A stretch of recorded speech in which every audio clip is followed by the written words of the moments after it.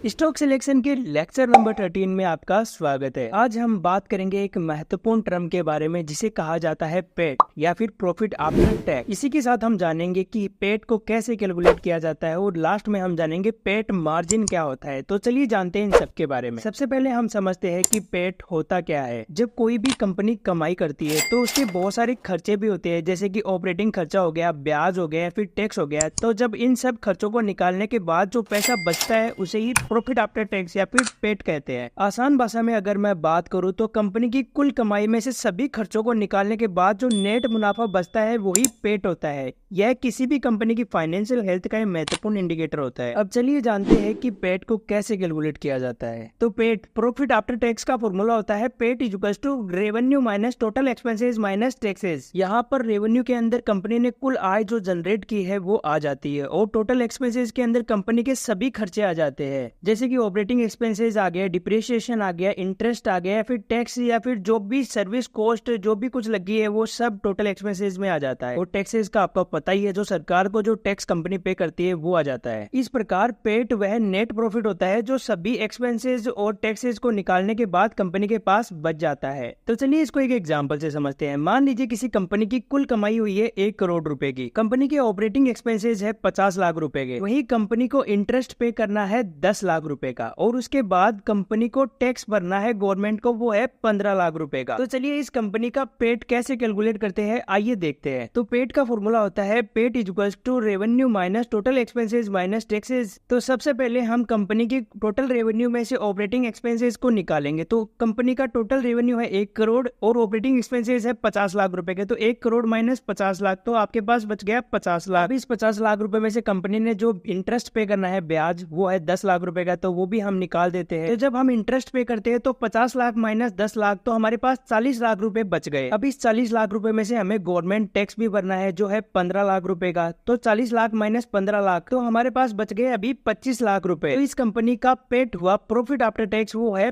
25 लाख रुपए का। यहाँ पर ध्यान देने वाली बात यह है कि किसी भी कंपनी का पेट जितना ज्यादा होता है कंपनी की फाइनेंशियल हेल्थ उतनी ही अच्छी मानी जाती है। सवाल ये उठता है कि पेट जो नेट प्रॉफिट बच गया उसका यूज कंपनी कहाँ पे करती है। तो कंपनियां इस नेट प्रॉफिट का उपयोग अलग अलग जगह पर कर सकती है, जैसे कि शेयर होल्डर्स को डिविडेंड देने के लिए, या फिर कंपनी के एक्सपेंशन में, या फिर कंपनीज अपनी डेप्ट को पे करने के लिए इसे यूज कर सकती है। इसी के साथ अगर कंपनी को नए प्रोजेक्ट्स में इन्वेस्ट करना है तो वो इस प्रॉफिट का यूज कर सकती है। तो यहाँ तक की वीडियो में हमने सीखा कि पेट प्रॉफिट आफ्टर टैक्स क्या होता है। अब चलिए जानते हैं कि पेट मार्जिन क्या होता है। पेट मार्जिन, जिसे हम नेट मार्जिन भी कहते हैं, पेट मार्जिन हमेशा सेलिंग प्राइस पर निकाला जाता है। पेट मार्जिन एक फाइनेंशियल रेशियो होता है जो हमें यह बताता है कि एक कंपनी अपने टोटल रेवेन्यू में कितना प्रतिशत नेट प्रॉफिट जनरेट कर पा रही है। आसान भाषा में अगर मैं बात करूँ तो एक कंपनी अपनी बिक्री पर कितना प्रतिशत लाभ कमा पा रही है, ये हमें पेट मार्जिन बताता है। अब चलिए जानते हैं कि पेट मार्जिन को कैसे कैलकुलेट किया जाता है। पेट मार्जिन का फॉर्मूला होता है PAT margin equals to net profit divide by total revenue into 100। यहाँ नेट प्रॉफिट हमें यह बताता है कि कंपनी ने साल भर में कितना प्रॉफिट जनरेट किया है। वहीं रेवेन्यू का मतलब होता है कि कंपनी ने कितने रुपए के प्रोडक्ट्स या फिर सर्विसेज सेल की है। पेट मार्जिन आपको मिलेगा कहाँ,